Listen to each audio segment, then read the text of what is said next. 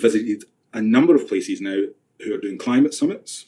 So last week alone, I was in Kilmarnock for East Ayrshires, and then I was in Falkirk for the whole authority there. And that's where I'm seeing some really, really interesting stuff coming out at the moment. So if we look at the Children's Parliament report on Learning for Sustainability, what very much came out of that was they want to talk about climate change. It's not just about being taught about climate change, and they want to be involved in action. And I'm seeing at the moment young people demanding that. And I think that's a wonderful impact to see, actually, personally. So in these climate summits, I'll talk about the Falkirk one there. It was just less than a week ago. There was pupils from 8 of the 10 secondaries came along. The leader of the council was there. And she was asking questions, how they felt about how they felt, again, place. And the children of Falkirk, the young people of Falkirk actually presented to her at the end, this is our vision for Falkirk. These are the 5 things we want you to deliver on for us to do with sustainability. I was lucky enough to go around and hear some workshops led by young people talking about international aspects as well as local.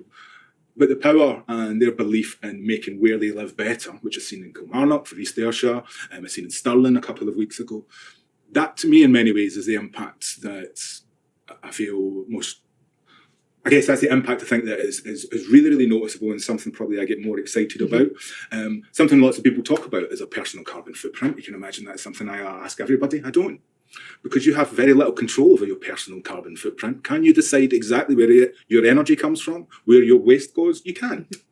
So this idea of understanding what change they can drive and being listened to, I think that is really, really interesting. And you'll see on the portal some of the videos that we've got there. Lots of young people talking about this.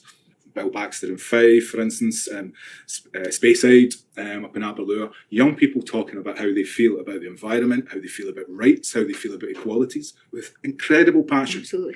And that, to me, I guess, in some ways is the impact. Yeah, we can do research to see how it's impacting on attainment, results, etc. But actually, it's for me, when I'm meeting these young people and they're questioning me and challenging me, that's the impact I always wanted to see. And Jane talked about empowerment in 2007. Yep. And you're describing young empowered people. And I totally agree with you. And I've the privilege to speak to lots of young people.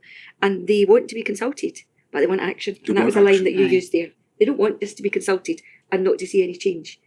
And I think that's really important, really important. And you've both talked about that today, about the impact of learning for a better world.